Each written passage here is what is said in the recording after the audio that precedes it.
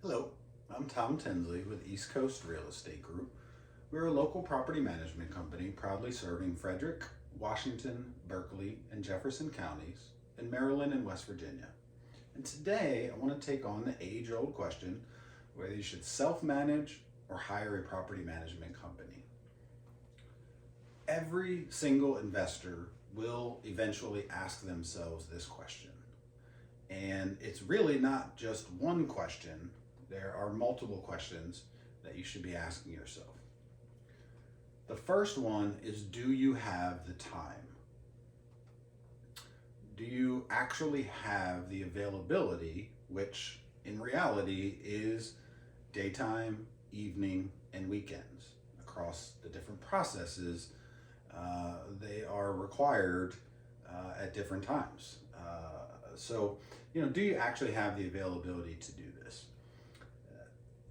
I'm going to go through some additional pieces and processes that you need to think about as well. So, property marketing, showings. You have to actually go and show the property at a time that is convenient for the potential resident. Applications processing is a process.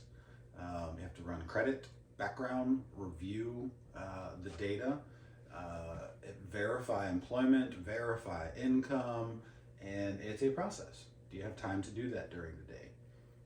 Leasing, actually writing the lease and executing the lease.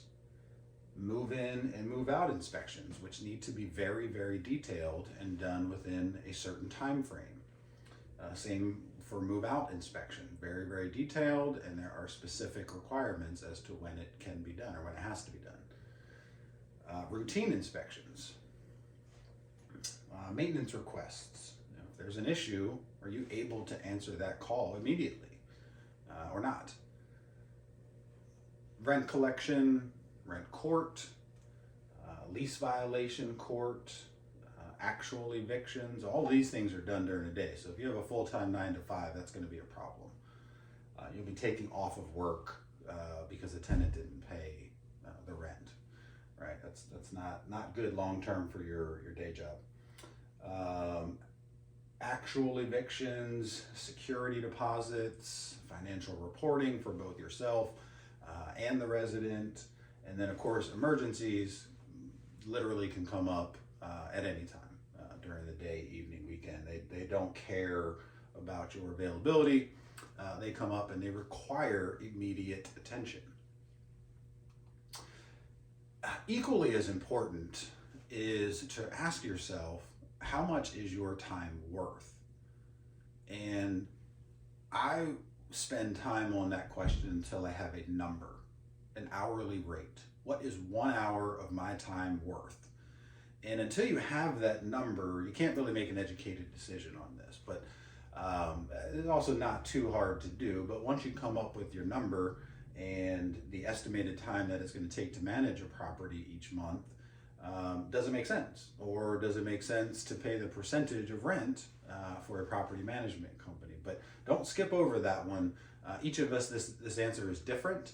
But take a look at it, find out what an hour of your time is worth, and keep that in mind as you go through this decision. In addition to money, there are other sacrifices. Okay, fine, one more on money, right? So if you're managing a property or you have a full-time job and you're managing a property, what else could you be doing?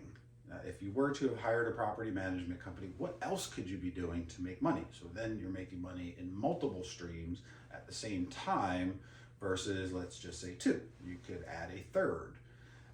So definitely something to consider. Family time is going to be sacrificed.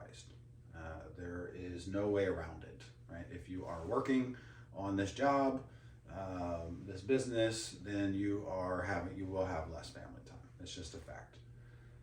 Potentially miss some important events. There are times where you get double booked and you have a choice to make. Do I take care of my business or do I take care, of my responsibilities and go attend this important event? You will those decisions, unfortunately, will come up if you self-manage.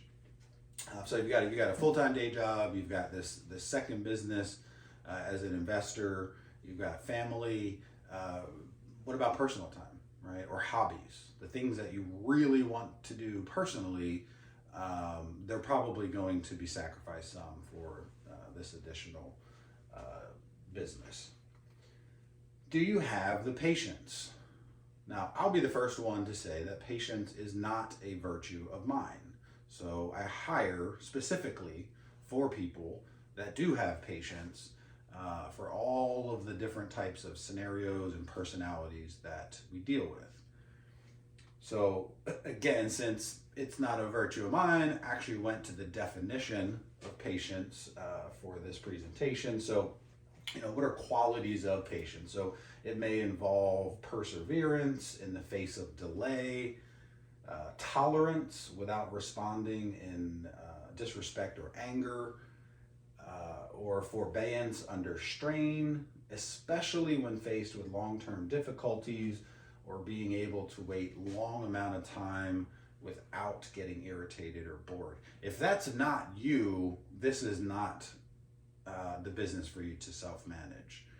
Uh, every single one of those are needed due to different circumstances that come up over time. Not obviously not usually all at once, but over time there are things that will come up, and patience is absolutely required. Do you know the laws? Fair housing laws. Do you know the protected classes? In addition to knowing the protected classes, do you know how to navigate questions or situations that could get you in trouble? And you have to be able to do that.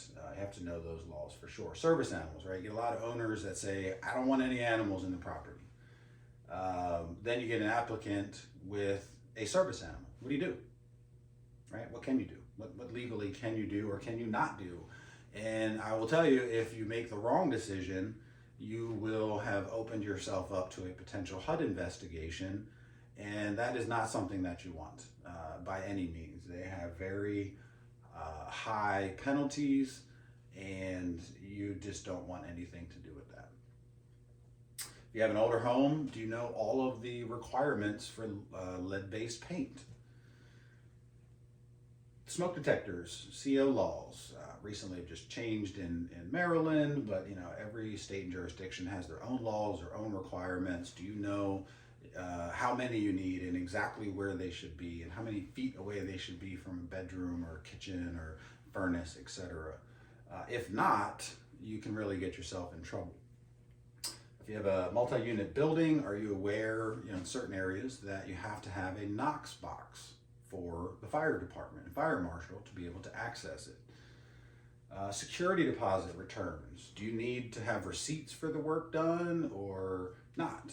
What if you did the work yourself? What does that look like? Timeline, right? So they move out.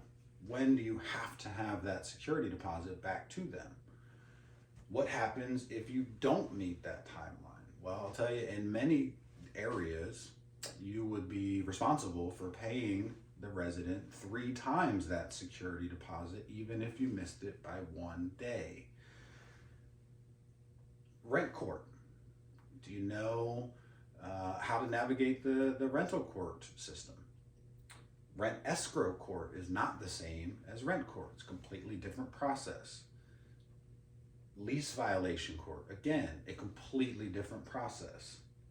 And then the actual evictions process, if that has to happen, do you know exactly what to do in that type of scenario? So just some examples of the things that we keep up on a daily, weekly, monthly basis to ensure that we're compliant. And then lastly, do you have the overall knowledge? Right? I went through some specifics, there's more.